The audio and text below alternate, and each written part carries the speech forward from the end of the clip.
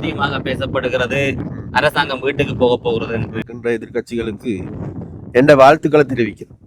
விஜயுடனான சந்திப்புக்கு எப்போது கடத்தொழில் அமைச்சர் செல்ல நிச்சயமா ஜூன் மாதம் இறுதியில் அல்லது முழு இலங்கையும் தமிழ்நாட்டுக்கு கொடுக்க வேண்டும் என்ற கருத்தை கூறுகிறார்கள். இன்றைக்கு அருவருக்கின்ற நபராக மாற்றிவிடுகிறார். ஏன் மாகாண சபையை பார்த்து என்பிபி அரசாங்கம் பயப்படுகிறது? இந்த நாட்டில் இருக்கின்ற மக்களுக்கு பாகுபாடை காட்டவில்லை. ஜேவிபி ஆரம்ப காலத்திலே இந்த மாகாண சபை முறைமையை ஏற்றுக்கொள்ளவில்லை. தமிழ் மக்கள் நினைக்கின்றார்கள் தாங்களுக்கு கிடைத்த உரிமை என்று. இதய பூமி வடகிழக்கை பிரித்தவர்கள் ஜேவிபியினர். ஜேவிபி இப்போது வடகிழக்கு இணைந்திருந்தாலும் பிரச்சனை இல்லை என்கின்ற ஒரு நிலைக்கு இருக்கிறது. பலவந்தமாக எங்கள் மீது திணிக்கப்பட்ட ஒன்று. வடகிழக்கை மாத்திரமல்ல சுமன் அவர்களை முழு நாட்டையும் ஒன்றாக இணைத்து சமஷ்டி அடிப்படையிலான தீர்வுதான் இலங்கைக்கு பொருத்தமான ஒன்றாக இருக்கும். அந்த பிரதேச சபையாவது சரியான முறையில் செய்கின்றார்கள் என்று தீர்ப்பார்கள். இந்த தமிழ் கட்சிகள் எங்களுக்கு சமஷ்டியை தாங்கோ அல்லது ஈழத்தை தாங்கும். நாங்கள் குற்றச்சாட்டு முன்வைக்கப்படுகிறது. நல்லாட்சி அரசாங்கத்தில் அதிகமான காணிகள் விடுவிக்கப்பட்டது. ஆனால் தற்போதைய அரசாங்கம் அதில் அக்கறை அவ்வளவாக எடுக்கவில்லை. அந்த போராட்டம் நடத்துகின்றவங்க என்னையும் கூட வந்து சந்தித்தார்கள். இந்த மாதம் 26ஆம் தேதிக்கு பிறகு இதற்கான ஒரு முடிவு. நீங்களும் யாழ் மாவட்ட அரசாங்க அதிபரும் தையிட்டிக்கு சென்று தையிட்டி விகாராதிபதியை சந்தித்திருந்தீர்கள். கடவுள் வரம் கொடுத்தாலும் கூட பூசாரி கொடுக்க மாட்டார். பிரதேச சபையின் செயற்பாடுகளை நடைமுறைப்படுத்துவதற்கு போலீசார் ஒத்துழைக்கின்றார்கள் இல்லையா? டிஎன்ஏல இருந்த முக்கியஸ்தர்கள் வந்து உப ஜனாதிபதிகளாக இருந்தார். எம்ஏ சுமந்திரனை நீதி அமைச்சர் தருவதாக வாக்குறுதி வழங்கியதாக கூறினார். அவ்வாறு ஒரு வாக்குறுதி வழங்கப்பட்டது. அந்த நீங்களும் பக்கத்தில் ஜனாதிபதி அழைத்ததாக அவர் கூறுகிறார். அவர் அழைக்க வேண்டிய தேவை இல்லை. இந்த பார் லைசன்ஸ் சிபாரிசு செய்த நாடாளுமன்ற உறுப்பினர்கள், முன்னாள் நாடாளுமன்ற உறுப்பினர்கள், தற்போதைய நாடாளுமன்ற உறுப்பினர்களுடைய பெயர் பட்டியல் முழுமையாக வெளியிடப்படவில்லை அல்லவா? அந்த ஆயுதம் ஏந்திய இயக்கங்களோடு எவ்வாறான தொடர்புகளை ஏவிபி அந்த காலத்தில் பேணியது. அது ஒரு நீண்ட கலந்துரையாடல். அவர்கள் ஒன்றுபட்டு தேர்தலை எதிர்கொள்ளுகின்ற சந்தர்ப்பத்தில் வடக்கு மாகாண சபையை என்பிபி கைப்பற்றுவது கடினம் அல்ல. தென்னிலங்கை இருக்கின்ற கட்சிகள் எல்லாத்தையும் ஒன்று சேர்த்து வந்தாலும் கூட எங்களுடைய வெற்றி அசைக்க கூட முடியாது. உங்களுடைய முதலமைச்சர் வேட்பாளர் கபிலன் என்ற ஒரு பேச்சு அடிபடுகிறது.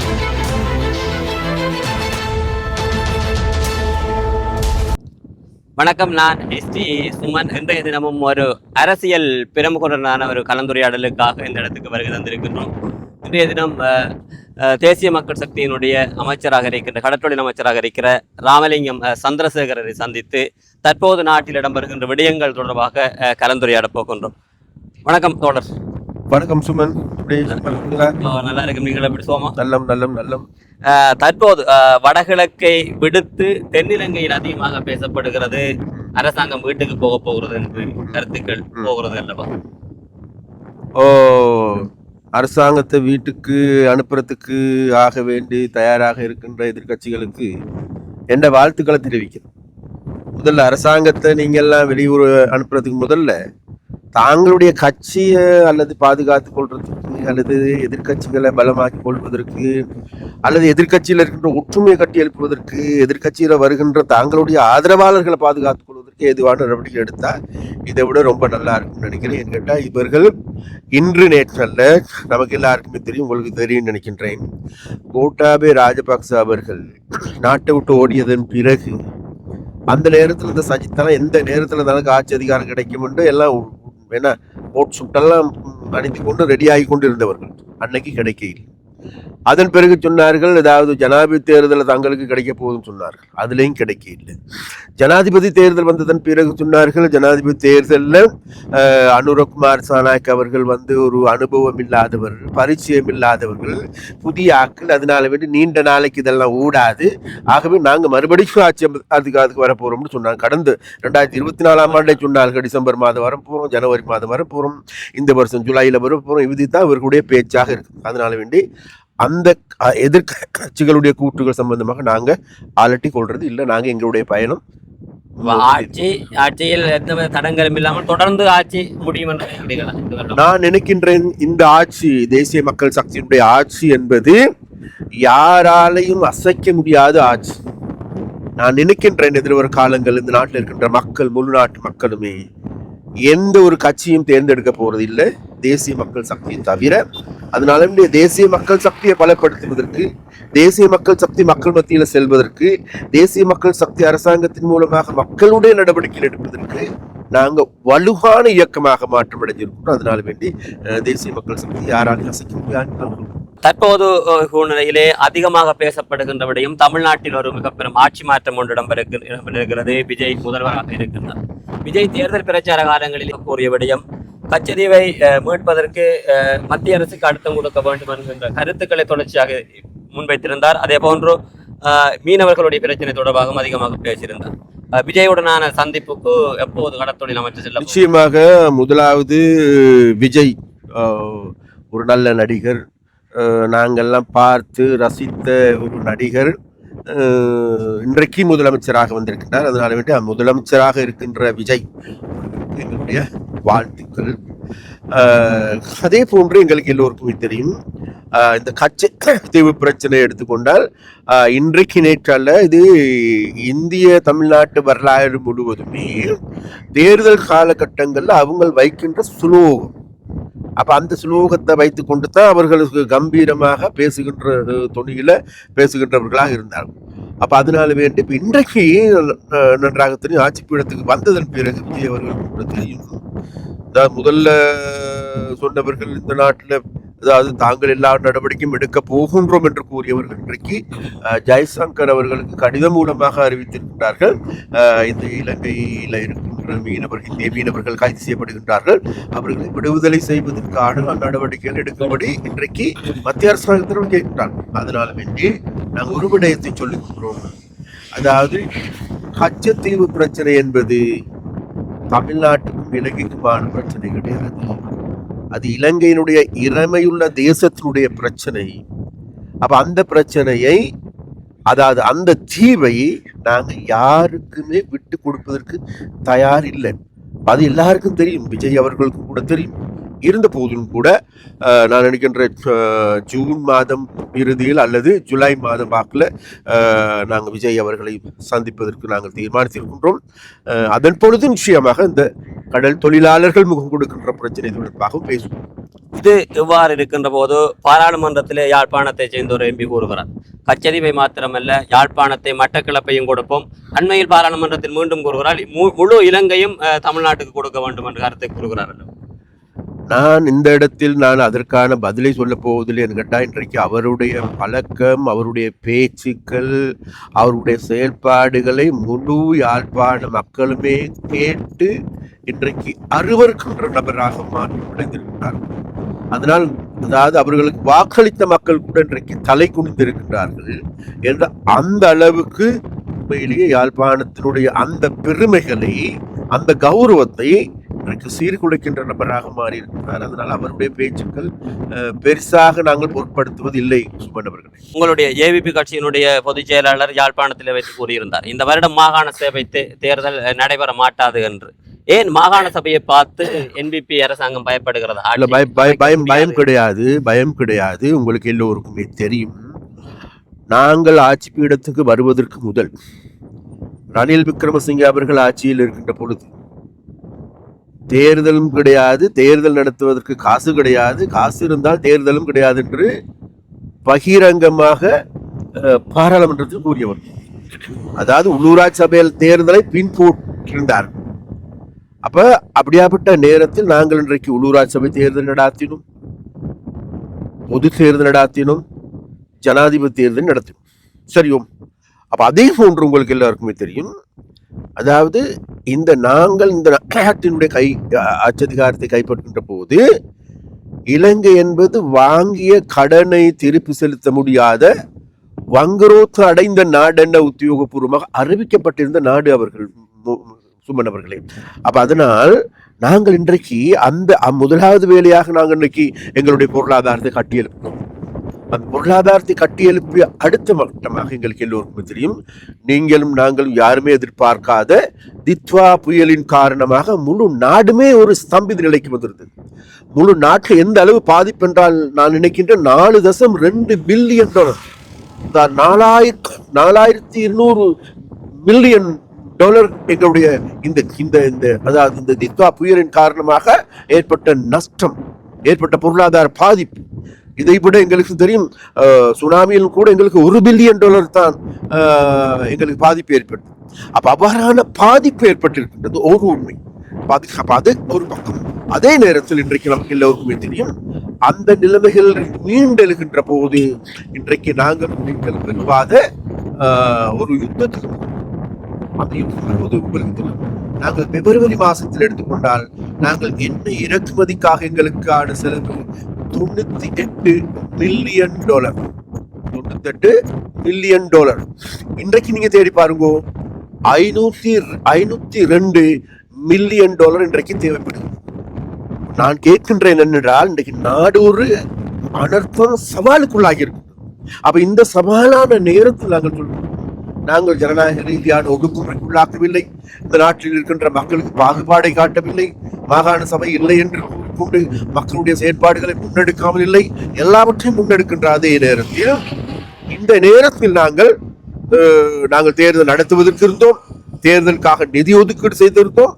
இருந்த போதிலும் கூட எதிர்பாராத காரணங்கள் ஏற்பட்டிருக்கு. அந்த காரணமாகவே இன்றைக்கு அடுத்த வருடம் இந்த தேர்தல் நடத்தலாம் என்று யோசிக்கல. சில குற்றச்சாட்டுகள் இருக்கிறது அல்லவா? ஜேவிபி ஆரம்ப காலத்திலே இந்த மாகாண சபை முறைமையை ஏற்றுக்கொள்ளவில்லை. ஜேவிபி இப்படியே பார்க்கலாமா? ஜேவிபிக்கு மாகாண சபை தேர்தல் நடத்துவதற்கு விருப்பம் இல்லை, ஆனால் தற்போது இருக்கின்ற என்பிபிக்கு விருப்பம் என்று எடுத்துக்கொள்ளலாம். இல்லை, நான் ஒரு விடயத்தை சொல்லிக்கொண்டேன். இந்த அரசாங்கத்தினுடைய பிரதானமான பங்காளி ஜேவிபி தான், அதில் எந்த மாற்று கருத்தும் இல்லை.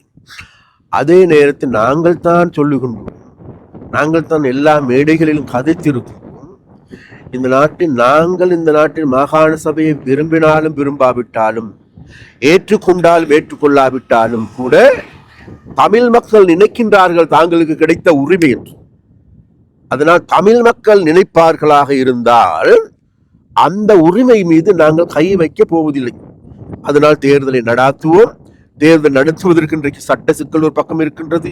அப்ப அந்த சட்ட சிக்கலை தீர்ப்பதற்கு ஏதுவான நடவடிக்கை இன்றைக்கு பாராளுமன்ற தெரிவுக்குழு உருவாக்கப்பட்டிருக்கின்றது. அந்த தெரிவுக்குழுடைய அறிக்கை, பாராளுமன்றத்தின் அறிக்கை எல்லாம் வந்ததன் பிறகு நிச்சயமாக நாங்கள் தேர்தலை நடத்துவோம். அதில் எந்த மாற்றம் கிடையாது. தேர்தலை நடத்துவது மாத்திரமல்ல, தேர்தல் வென்றும் தீர்வு. ஆரம்ப காலங்களிலே ஜேபிபி குற்றச்சாட்டாக தேர்தல் மேடைகளிலும் அதிகமாக இங்கு வைக்கப்படுகின்ற குற்றச்சாட்டு, இணைந்திருந்த தமிழர்களின் இதய பூமி வடகிழக்கை பிரித்தவர்கள் ஜேவிபியினர் தற்போது என்பிபியாக ஆட்சிக்கு வந்திருக்கின்றார்கள். அப்போது இருந்த மனநிலையில் இருக்கிறதா ஜேவிபி? இப்போது வடகிழக்கு இணைந்திருந்தாலும் பிரச்சனை இல்லை என்கின்ற ஒரு நிலைக்கு இருக்கிறது. நான் ஒரு விடயத்தை சொல்லுகின்றேன் என்னவென்றால், அதாவது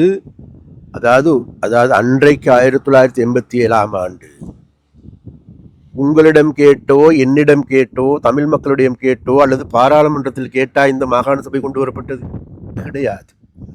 பலவந்தமாக எங்கள் மீது திணிக்கப்பட்ட ஒன்று.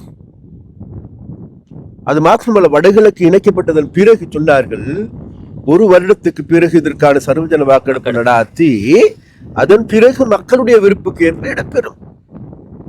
அப்ப அந்த நிலைமை ஏற்படாததன் காரணமாகவே அன்றைய காலகட்டங்களில் 2 பேர் சென்று இதற்கு எதிராக வழக்கு தாக்கல் செய்தார். வழக்கு தாக்கலின் மூலமாக நீதிமன்றம் தான் தீர்ப்பு வழங்கியது. இது சட்ட ரீதியாக இணைந்திருப்பது தவறு என்று நாங்கள் சொல்லுகின்றோம். நாங்கள் இன்றைக்கு வடகிழக்கை மாத்திரமல்ல சுமன் அவர்களை, முழு நாட்டையும் ஒன்றாக இணைத்திருக்கிறோம். எங்களுக்கு தேவை இருக்கின்றது இந்த சிறிய நாடு, சிறிய தீவு. இதுல தமிழனுக்கென்று, சிங்களவனுக்கென்று அல்லது வடக்கென்று, கிழக்கென்று, மேற்கென்று தனித்தனியாக பிரிந்து கிடப்பதற்கு பதிலாக எங்களுடைய உரிமைகளுக்கு உத்தரவாதத்தை பெற்றுக்கொண்டு நாங்கள் தமிழர்களாக, தன்மானமுள்ள தமிழர்களாக வாழுகின்ற சூழலை உருவாக்கி கொண்டு நாங்கள் பயணத்தை முன்னோக்கி செல்வதுதான் எங்களுடைய நோக்கம், குறிக்கோள். அதனால் நாங்கள் இன்றைக்கு இந்த வடகிழக்கு இணைந்திருக்கின்றதா பிரிந்திருக்கின்றதா என்பதல்ல, இன்றைக்கு முழு நாட்டு மக்களுக்கும் ஒரே அகப்பையில் பகிர்கின்ற ஒரு அரசாங்கமாக நாங்கள் மாறியிருக்கோம். தற்போதும் கூட வடகிழக்கிலே தமிழ் கட்சிகளால் முன்வைக்கப்படுகிற ஒரு விடயம், சமஷ்டி அடிப்படையிலான தீர்வுதான் இலங்கைக்கு பொருத்தமான ஒன்றாக இருக்கும் என்ற கருத்து முன்வைக்கப்படுகிறது.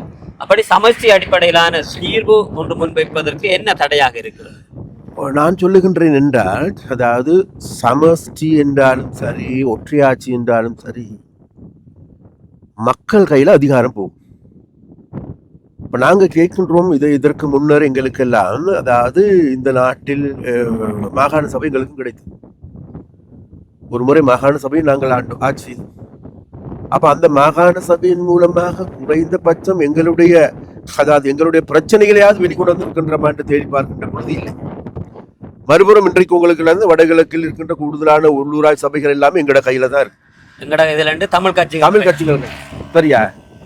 அப்ப அந்த தமிழ் கட்சிகள் இன்றைக்கு அந்த மாகாண அந்த பிரதேச சபையாவது சரியான முறையில் செய்கின்றார்கள் என்று தேடி பார்க்கிறோம். எங்களுக்கு வீதிகளை அமைத்துக் கொள்வதற்கு, எங்களுக்கு நீரை வழங்குவதற்கு, எங்களுக்கு இருக்கின்ற மின்சாரத்தை வழங்குவதற்கு, எங்களுக்கு மயானங்களை பராமரிப்பதற்கு, எங்களுக்கு சிறுவர் பாடசாலைகளை பராமரிப்பு.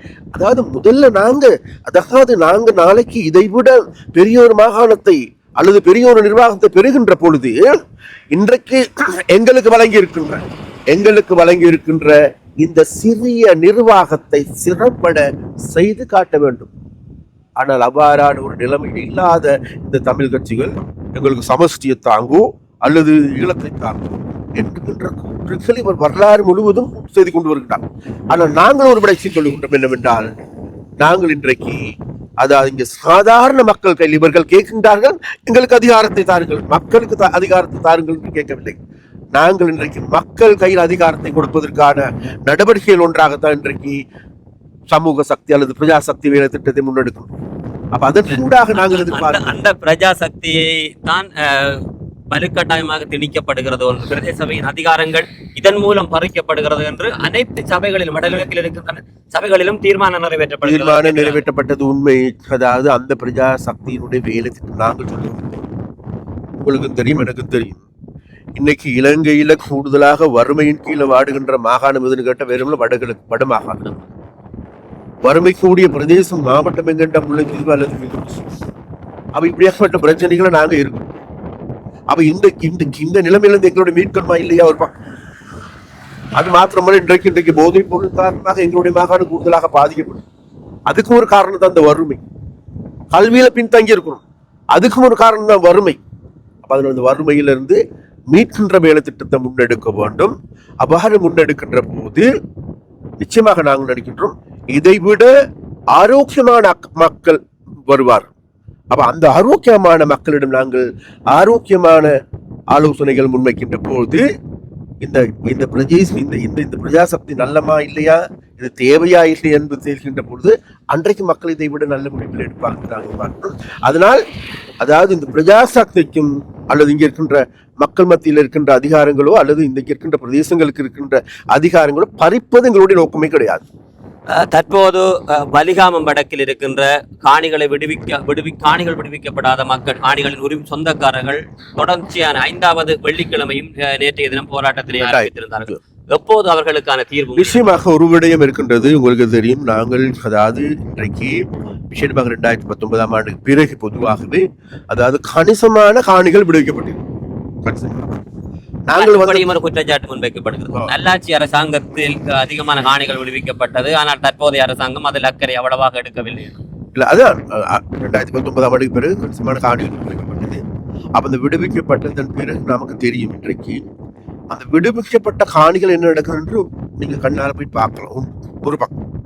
அதே நேரத்தில் எங்களுக்கு தெரியும் இன்றைக்கு அதாவது வழிவடக்கில் இருக்கின்ற பிரதேசத்தில் இருக்கின்ற மக்கள் தாங்களுடைய பாரம்பரிய காணிகளை மீள தரும்படி கேட்டு இன்றைக்கு போராட்டம் நடத்துகின்றார். அந்த போராட்டம் நடத்துகின்றவங்க என்னையும் கூட சந்தித்தார்கள். நிச்சயமாக நாங்கள் பார்க்கின்றோம், நிச்சயமாக அதாவது இப்போது இருக்கின்ற சூழ்நிலையும் கருத்தில் கொண்டு அந்த அவர்களுக்கு விடுவிக்க முடிகின்ற அனைத்து காணிகளையும் நாங்கள் விடுவிப்பதற்கான நடவடிக்கை எடுப்பதற்கு நாங்கள் நினைக்கின்றேன். இந்த மாதம் 26ஆம் தேதிக்கு பிறகு இதற்கான ஒரு முடிவினை இந்த மக்களுக்கு சென்று நாங்கள் கூறுவதற்கு நாங்கள் தீர்மானித்தோம். மற்றொரு விடயம், இங்கு அதிகமான NPP அரசாங்கம் மீது முன்வைக்கப்படுகிற குற்றச்சாட்டுகளில் ஒன்றாக இருக்கிறது. கடந்த வருடம் 7ஆம் மாதம் 17ஆம் தேதி என்று நினைக்கின்றேன், நீங்களும் யாழ் மாவட்ட அரசாங்க அதிபரும் தையிட்டிக்கு சென்று தையிட்டி விகாராதிபதியை சந்தித்திருந்தீர்கள். சந்தித்ததுக்கு பிறகு அந்த இடத்திலே கூறியிருந்தீர்கள், கடந்த வருடமே கூறியிருந்தீர்கள், இன்னும் 2-3 கிழமைகளுக்குள் இதற்கான தீர்வுகள் எடுக்கப்பட்டு மக்களுக்கான நிரந்தர தீர்வுகள் வழங்கப்படும் என்று கூறுகிறீர்கள். தற்போது ஒரு வருடம் நெருங்க போகிறது. நீங்கள் கூறியதுக்கு பிறகு எப்போது நிச்சயமாக நம்ம சொல்லும் என்னண்டா, இந்த கதை ஒன்று சொல்லுவாங்க, என்னமோ அந்த கடவுள் வரம் கொடுத்தாலும் கூட பூசாரி வரம் கொடுக்க மாட்டாருன்னு, அந்த மாதிரியான ஒரு நிலைமை இன்றைக்கு இந்த தையெட்டு பிரச்சனையில தலைவிரித்து ஆடுங்கிறது எல்லாத்துக்கும் தெரியும். கடவுள் பூசாரி. அதனால நான் சொல்ல வரேன் என்னண்டா, நாங்க சொல்லிக்கொண்டோம் என்னண்டா, வேற எதுவும் இல்லை. உண்மையிலே இந்த தையீட்டு பிரச்சனை எங்களால் உருவாக்கப்பட்ட பிரச்சனை கிடையாது. அப்ப எங்களுக்கு தேவை இருக்குது உண்மையிலே இந்த தையீட்டு பிரச்சனை தீர்த்து வைக்கணும். சரியா? அப்ப அந்த தீர்க்கின்ற போது தீர்ப்பதற்கான நடவடிக்கைகள் எல்லாத்தையும் எடுத்துக்கொண்டு தான் நாங்கள் இதற்கு கடந்த ஒரு வருடத்துக்கு கொண்டு போய் நாங்கள் சொன்ன 2 வாரத்தில் இந்த பிரச்சனைகளை தீர்க்கப்படும் என்று நாங்கள் உறுதியளித்திருந்தோம்.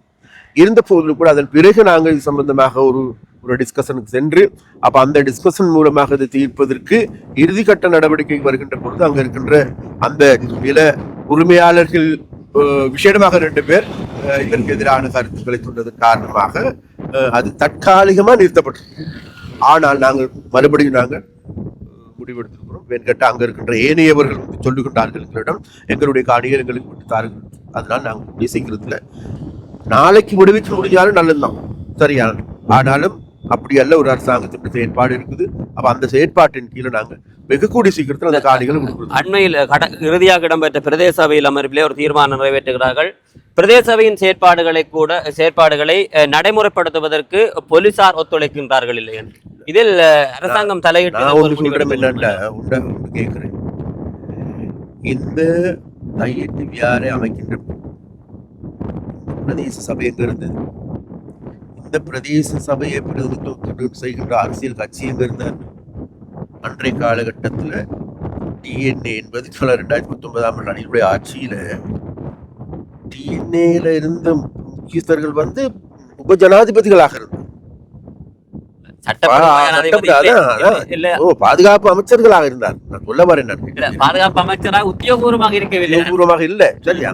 அந்த அளவுக்கு அதிகாரம் இருந்தது. அப்ப அந்த நேரம் ஒன்றும் செஞ்சு கொள்ள முடியல, சரியா? நான் சொல்றேன், இப்ப இவர்களுக்கு தேவை இருக்குன்னு கேட்டா, நம்மளோட அரசாங்கம் இன்றைக்கு எல்லா பிரச்சனைகளையும் கருத்துல கொண்டு, நாட்டில் இருக்கின்ற பிரச்சனைகளை கருத்தில் கொண்டு, இதுகள் எதுவும் சிக்கல் வரக்கூடாம, இனங்களுக்கு இடையே முறைகள் ஏற்படாம, மதங்களுடைய நல்லிணக்கத்துக்கு சீர்குலைவு ஏற்படாது பாதுகாத்து கொண்டு இந்த பிரச்சனைகளை தீர்ப்பதற்கான நகர்வினை நம்ம எடுத்துருக்கோம். அந்த நகர்வின் போது தென்னிலங்கையில் இருக்கின்ற ஒரு சில கட்சிகளுக்கு தேவை இருக்குது. மீண்டும் அந்த நகர்வை சீர்குலைப்பதற்கு இனவாத ரீதியான நடவடிக்கை, மத ரீதியான நடவடிக்கைகள், இந்த முரண்பாடுகளை மேலும் முற்படைய செய்யறது எப்படின்னு பார்த்து கொண்டிருக்கிறாங்க. அப்ப அதனால நாங்க சொல்றோம் என்னன்னு கேட்டா, அந்த பொறியில இனிமேலும் நாட்டு மக்களை தள்ள இயலாது. அதனால நாங்க தெளிவாக இருக்கிறோம். நிச்சயமாக நாங்க இதற்கு சரியான தீர்வினை நாங்க எடுத்தே தீர்வோம். நாங்க நினைக்கிறோம் சும்மா கிட்ட நாங்க செய்யணும், வேற யாரும் செய்ய போறது இல்லைன்னு எனக்கு தெரியும்.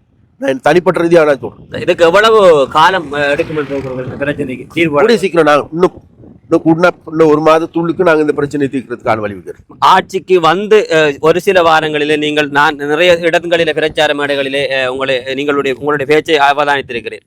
வடக்கிலே மிக பெரும் மோசடிக்காரர்கள் இருக்கிறார்கள், அவர்கள் எல்லாம் விரைவில் உள்ளுக்குள் அடைக்கப்பட்டு விசாரணை முன்னெடுக்கப்படும் என்கின்ற கருத்துக்களை நீங்கள் தொடர்ச்சியாக ஆரம்ப காலங்களிலே கூறியிருந்தீர்கள்.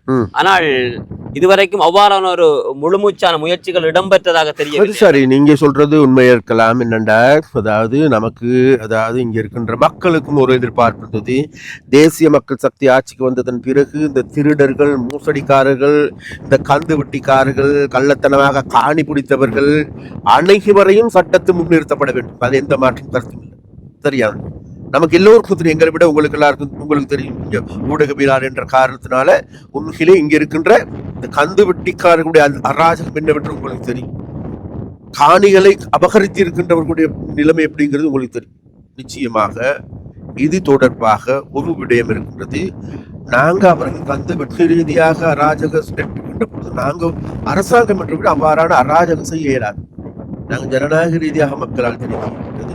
அது ஜனநாயக ரீதியான நடவடிக்கைகள் எடுத்திருக்கின்றோம், சட்ட ரீதியான நடவடிக்கைகள் நாங்கள் எடுத்திருக்கின்றோம், சட்ட ரீதியாக மேலும் மேலும் ஆராய்ந்து கொண்டிருக்கின்றோம். அந்த வகையில இப்போதும் கூட எங்களுக்கு அதாவது போதுமான ஆதாரங்கள் நிறைந்த வடக்கில் இருக்கின்ற கடந்த காலத்தில் பெரும் அரசியல் புள்ளிகளுடைய வரலாறு இன்றைக்கு எங்களோட கையில நாங்க உரிய நபர்களுக்கு அதை ஒப்படைச்சோம், உரிய நிறுவனங்களுக்கு ஒப்படைச்சோம். 14 ஏன் அதற்கான தாமதம் ஏற்படுது? நாங்க சொல்லல, நாங்க வந்து அரசு நீதிபதிகளோட இதெல்லாம் வேகமா செய்யிட்டு இல்லை. அவங்களோட ரூல் ஒன்று இருக்குது. ஆனா எங்களுக்கு நம்பிக்கை இருக்குது, இன்றல்ல நாளையாவது நிச்சயமாக அவர்கள் தண்டனை வழங்கப்படும். ஒரு சில மீனவர்களுடைய கருத்தாக இருக்கிறது, முன்பு இருந்த மீன்பிடி அமைச்சர் சரியான முறையில் எங்களுக்கான உதவிகளை பெற்று தந்தார், அதாவது மீன்பிடி உபகரணங்களை அதிகமாக பெற்று தந்திருந்தார். தற்போது இருக்கின்ற கடற்தொழில் அமைச்சர் அவ்வாறான முயற்சிகளை எடுப்பது குறைவு என்று குற்றச்சாட்டு இருக்கிறது. வாழ்வாதார உதவிகள் ஏதும் ஏன் முன்னெடுக்க முடியாது? ஒரு விஷயத்தை நான் சொல்லுவேன். நித்வா புயல் வந்து நித்வா புயலின் பொழுது பொதுவாகவே, அதாவது முழு நாட்டு மக்களுக்கு, அது மீனவர்களா தொழிலாளியா அல்லது அரசாங்க ஊழியர் பார்க்கலாம், நித்வா புயலால பாதிக்கப்பட்ட அனைவருக்கும் நிவாரணங்களை வழங்கும். ரெண்டாவது, இறால் பண்ணைகள்லாம் இல்லாத போனுச்சு, அதுகளுக்கான நட்டீடு நாங்க வழங்கியிருக்கோம். மூன்றாவது, படகுகள் காணாமல் போயிருக்கும், படகுகள் உடைந்து இருக்கின்றது, வள்ளங்கள் வலைகள் இல்லாது போயிருக்கு, அனைத்தையும் நாங்கள் பெற்றோம். சரியோ? அதே நேரத்தில் மேலதிகமான உதவிகள் இன்னைக்கு காலையிலும் கூட நான் ஒரு ஐஸ் தொழிற்சாலை வேலனையில காலையில் 10 கோடி ரூபாய் பெறுமதியான தொழிற்சாலை கொண்டு மன்னார் கொண்டு இங்கே கொண்டு முல்லைத்தீவு கொண்டு அமைச்சு கொடுத்துருக்கோம். அது மக்களுக்கான அங்க இருக்கின்ற சங்கங்களால நிர்வாகிக்கப்படக்கூடிய, அதாவது மக்களுக்கு கிடைக்க வேண்டியது அனைத்தையும் நாங்கள் பெற்றுக் கொடுக்கிறது தயார். அதே நேரத்தில் முன்னொரு நேரத்தில், அதாவது இந்த மக்களுக்கு உதவிகளை நிவாரணங்களை பெற்றுக் கொடுப்பதாக காட்ட வேண்டிய தேவையில்லை எங்களுக்கு. சொல்லப்போனா அதாவது ஒரு சில, அதாவது இந்த நன்னீர் மீன் வளர்க்கின்றவர்களுக்கு ஒரு சில குளங்களுக்கு கோடிக்கணக்கான ரூபாய் கொடுத்துருக்கோம் இந்த வடக்கு. சரியா? அப்ப இவைகள் பேசப்படுவது இல்லை. சரியா? நாங்க உதவி செய்யறோம், இருந்த போதிலும் கூட மேலும் போதாது என்று நினைக்கின்றோம். அதையும் நாங்க நீங்க சொன்னதுனால அதையும் நாங்க மேலதிகமான கவனத்திலையும் எடுப்பதாக இருக்கும். இன்னுமொரு விடயம், சில மாதங்களுக்கு முன்பு அதிகமாக பேசப்பட்ட இன்னுமொரு விடயம், தமிழரசு கட்சியின் தற்போதைய பொதுச் செயலாளராக இருக்கின்ற எம்.ஏ. சுமந்திரனை உங்களுடைய கட்சியின் தலைவர் தற்போதைய ஜனாதிபதி தங்களுடைய அரசாங்கத்தில் பங்கெடுக்குமாறும் நீதியமைச்சர் தருவதாக வாக்குறுதி வழங்கியதாக கூறினார். அவ்வாறு ஒரு வாக்குறுதி வழங்கப்பட்டது அந்த இடத்தில். ஒரு விஷயத்தை நான் சொல்லுகின்றேன், அதாவது இந்த சுமந்திரனுக்கும் இன்றைக்கு போக்கடம் இல்லைதானே? நிச்சயமாக தெரியும், இன்றைக்கு யாழ்ப்பாணத்தில் வாழுகின்ற மக்களால் நிராகரிக்கப்பட்டிருக்கிறார். மேலும் மேல் அவர் மீதான வெறுப்பு அதிகரிச்சு கொண்டு, அதனால விட்டு நாங்க சொல்லுகின்றோம், அவருக்கு நான் சொல்றோம் தானே கேட்டா, நீங்க நீதி அமைச்சராக வாரத்துக்கு முதல்ல உங்களோட கட்சியில ஒற்றுமையை கட்டி எழுப்புங்க. ஒரு மேடையில இருந்து பேசுறதுக்கு ஒரு ஆக்களாக பக்கத்துல, அதாவது நீங்களும் சிலைவர்கள் பக்கத்துல உட்கார்ந்து காட்டணும். அதை கூட செய்ய முடியாது. வேற எதுவும் இல்லை. அப்ப அதன் காரணமாக நான் சொல்லுகின்றேன், அப்படியாப்பட்ட கட்சிக்காரர்களை எங்களுடைய அரசாங்கம் பலர் கூறுகின்றார்கள். சுமந்திரன் மாத்திரமல்ல, இன்னைக்கு எஸ்ஜேபி எடுத்துக்கொண்டீங்கன்னு சொன்னா எல்லாருமே எங்களை யாரையும் அழைக்கிறது கிடைக்காது. எங்களுக்கு போதுமான ஆட்கள் இருக்கின்றார்கள், போதுமான புத்திஜீவிகள் இருக்கின்றார்கள், மேலதிகமாகவும் இருக்கின்றார்கள். அதனால இந்த சுமந்திரன் போன்ற ஒத்துழைப்பு எங்களுக்கு தேவைப்படாது. ஜனாதிபதி அழைத்ததாக அவர் கூறுகிறார். அவர் தேர்தலுக்கு முன் அவர் கூறுகின்றார். நாங்கள் ஜனாதிபதி இதுவரைக்கும் அழைக்கவில்லை, மறுப்பு கூறவில்லை. நிச்சயமாக மறுப்பு கூறவில்லை, அழைக்கவில்லை என்று உறுதியாக கூறுகிறீர்களா? நிச்சயமாக அவர் அழைக்க வேண்டிய தேவை இல்லை கேட்ட. நாங்க அதாவது ஒரு கொள்கை அடிப்படையிலான அரசியல் கட்சி. சரியோ? அந்த கொள்கை அடிப்படையில் இப்ப இன்னைக்கு எடுத்துக்கொண்டாலும் கூட இன்னைக்கு எஸ்ஜேபியில் இருக்கின்ற ஒரு சில பிரபலியமான ஆக்களும் கூட கட்சிக்கு வாரத்துக்கு ரெடியா இருக்கிறாங்க. நாங்க சொல்றோம், பாராளுமன்ற உறுப்பினர்களை நாங்கள் உள்வாங்கி கொள்றது இல்லை. சரியா? அதே நேரத்துல சுமந்திரன் எடுத்துக்கொண்டா எங்களை பத்தி என்ன பேசுறோம், இந்த அரசாங்கத்தை பத்தி எந்த அளவுக்கு நான் விட்டல, அப்படியாப்பட்ட நபரை நாங்க இணைத்து கொண்டதுக்கு எங்களுக்கு என்ன?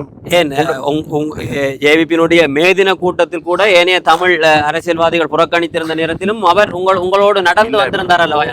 ஒரு உண்மை இருக்கு என்னன்னு கேட்டா, அதாவது அனுரகுமார் சனாக்க என்பவர் எல்லா ஊரோடையும் இப்ப நீங்க கண்டாலும் கூட உங்களையும் கூட அன்பாக பழகக்கூடிய நபர்.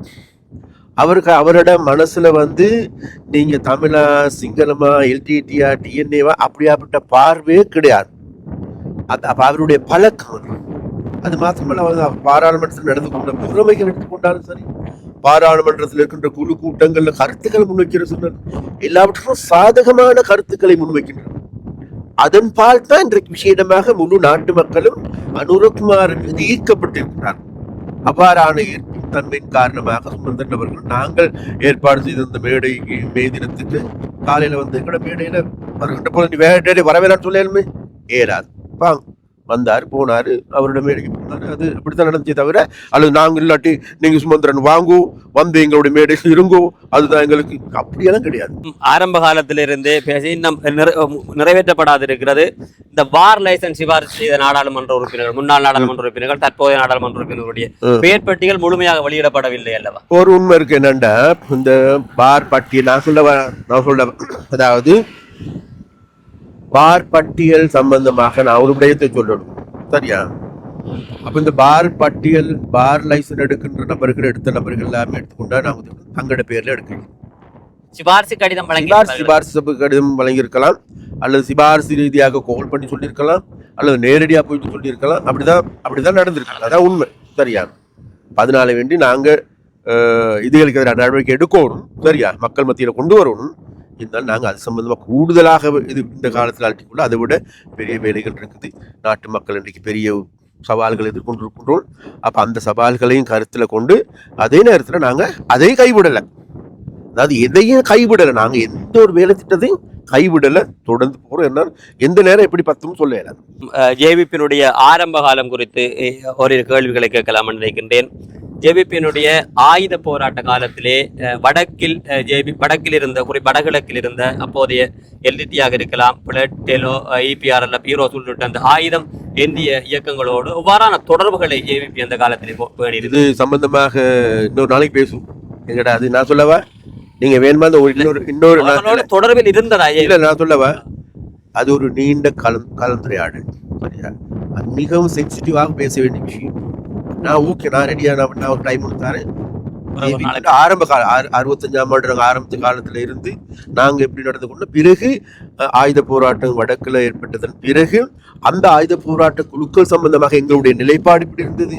அதுல நாங்கள் முற்போக்கானவர்கள் இப்படி இனம் கண்டிருந்தோம், யாரோடு தொடர்பு கொண்டிருந்தோம், யார் எங்களுக்கு உதவி செய்தார்கள், யார் எங்களுக்கு எதிரியாக இருந்தார்கள், இது தொடர்பான விவாதங்கள், பெரிய கதைகள் இருக்குது. அந்த கதைகளுக்கு எங்களுக்கு டைமோடு தாங்க, நாங்க ஆறுதலாக பேசுவோம். வடக்கில் அதிகமான அபிவிருத்திகளை செய்கின்ற என்பிபி அரசாங்கம் கிழக்கில் அவ்வளவாக அபிவிருத்திகளை செய்யாமல் புறக்கணிக்கிறது என்ற குற்றச்சாட்டு இருக்கு. நீங்க கிழக்கினால வேண்டி உங்களுக்கு கொஞ்சம் கஷ்டமா இருக்கும். இருந்த போது நான் கிழக்கு கைவிட இல்லை, சரியா? கிழக்கு மாகாணத்தினுடைய அபிவிருத்தி தொடர்பாக பண்மையிலும் கூட அனுரத்தோடு போயிட்டு வந்தார். அதன் போது இது இவ்வாறான கிழக்கு மாகாண அபிவிருத்தி சம்பந்தமாக பல்வேறு கேட்கப்பட்டது. அது மாத்திரமல்ல, அங்க இருக்கின்ற கேட்டா அப்ப அந்த பிரதேசத்தினுடைய அபிவிருத்தி சம்பந்தமாக பல்வேறு துறையினர் முன்னெடுக்கின்றார்கள். அதுகூட சேர்ந்து உண்மையிலே அரசாங்கத்தாலே நாங்கள் முன்னெடுக்கின்றோம். அதை போன்று நாங்கள் சொல்ல வர கேட்ட வேறு எதுவும் இல்லை. வடக்குக்கு கூடுதலாகவும் கிழக்குக்கு குறைவாகவும் அல்ல, சமனாகத்தான் பார்க்கின்றோம். இருந்த போது கூட அதுல கொஞ்சம் ஏற்ற இறக்கங்கள் இருக்கலாம். இருந்தாலும் நாங்க அதை கவனத்தில் எடுத்து அந்த கிழக்கில் வாழ்கின்ற மக்களை நாங்கள் கூடுதலாக கவனத்தில் எடுப்போம். தமிழ் சட்டத்தரணிகள் பேரவை என்கின்ற ஒரு அமைப்பு ஒரு முயற்சியினை முன்னெடுக்கிறது. வடகிழக்கில் இருக்கின்ற தமிழ் தேசிய கட்சிகளை அனைவரையும் ஒன்றிணைத்து ஒரு புதிய அரசியல் யாப்பு உருவாக்க எடுக்கின்ற முயற்சிக்காக அனைவரையும் ஒன்றிணைக்கின்றார்கள். அவருடைய ஒன்றிணைவை எப்படி பார்க்கிறீர்கள்? நிச்சயமாக அவ்வாறு, அதாவது ஒன்றுபட்டாலே முடிவாள், சரியா?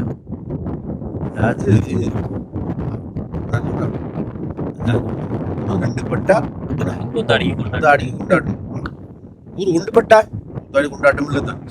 அதனால வேண்டி இந்த சிக்கல்கள், இந்த பிரச்சனைகள் அல்லது இங்க இருக்கின்ற இவ்வாறான விமர்சனங்கள் எல்லாமே முன்வைக்கப்படுவது ஒரு காரணம் என்னன்னு கேட்டா, எங்கள்கிட்ட ஒற்றுமை இல்லை. அப்படிங்கிறது ஒற்றுமையாக அவர்கள் எல்லாமே அணிதிரண்டு ஊர் அணியில இருந்து கொண்டு ஒரே சகோதரர்களாக நாட்டு மக்களுடைய நலன்களே முன்னிலைப்படுத்தி செயற்படுவார்களாக இருந்தால் நாங்கள் அதற்கு எங்களுடைய பூர்ணமான வரவேற்பு என்ன விஷயமா?